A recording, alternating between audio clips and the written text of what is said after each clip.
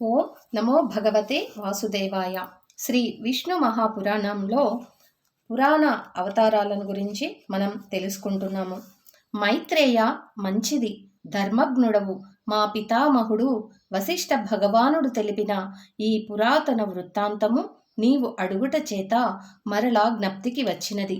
పూర్వము విశ్వామిత్రుని ఆజ్ఞ చేత ఒక రాక్షసుడు మా తండ్రియకు శక్తి అను మహర్షిని భక్షించినట్లు విని కోపించి రాక్షసులు చేయునట్టి సత్రయాగం చెడుగొట్టుటను ఆరంభించితిని.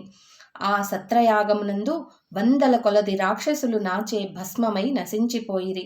ఆ రాక్షస క్షయమును చూచిన నా తండ్రి, నాయనా, తీవ్ర క్రోధము వలదు, రాక్షసులు అపరాధము చేయలేదు, నీ తండ్రి మరణము విధి విహితము, మూర్ఖులకే గాని జ్ఞానులకు కోపం కలుగదు, ఎవని చేత ఎవడు చంపబడును, ప్రారబ్ధం అనుభవించుట జీవి యొక్క ధర్మము, పెక్కు జన్మములు మిక్కిలి శ్రమించి సంపాదించుకున్న కీర్తిని, తపస్సును క్రోధము నశింపచేయును, స్వర్గమునకు మోక్షమునకు అభ్యంతరమైన కోపమును మహర్షులు త్యజింతురు. తండ్రి, దానికి నీవు వసుడవు కావద్దు. నిరపరాధులు దీనులు అయిన రాక్షసులు దగ్ధులైనారు. ఇక చాలు, ఈ సత్రయాగం చాలింపుము. సాధువులు క్షమాపారులు కదా, సాధువులకు ఓరిమి పరమధర్మము బలము కూడా అని చెప్పగా, ఇట్లు మా తండ్రి చేత అనునయింపబడిన నేను ఆయన మాట యందుగల గౌరవముచే ఆ సత్రయాగమును ఆపితిని. అటు తరువాత పితామహునిచే ఆర్ఘ్యము ఇయ్యబడి ఆసనమలంకరించి పులహుని అన్నగారు పులస్త్యుడు ఇట్లనెను: తీవ్రమైన వైరమేర్పడినను మహానుభావుడు, గురువు, పితామహుడు వశిష్ఠుడు చెప్పినట్లు విని ఓర్పుతో వ్యవహరించితివి.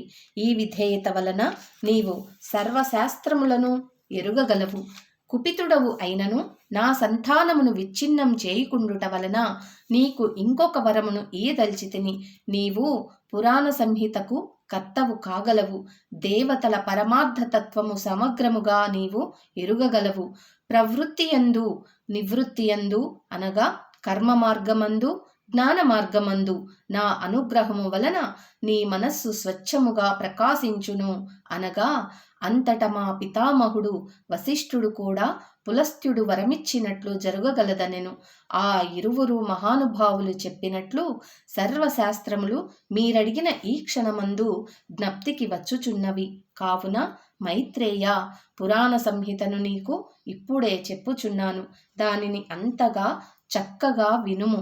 ఈ జగత్తు సర్వము విష్ణువు నుండియే పుట్టినది, ఆయన యందే నిలిచినది, ఆయనయే దీనిని లయకర్త అని ఇట్లు మైత్ర అవరుణుల కుమారుడైన వశిష్ఠ మహర్షి మాటలను విని ఆయన ఇచ్చిన వరమును పొంది సత్రయాగమును ఆపి విష్ణు భక్తాగ్రేసరుడైన మైత్రేయునిచే తత్వార్థ ప్రతిపాదకమును వినువారికి తెలుపువారికి కూడా సర్వార్థములను ఇచ్చు ఈ పురాణ సంహితను అధ్యయనం చేయించెను.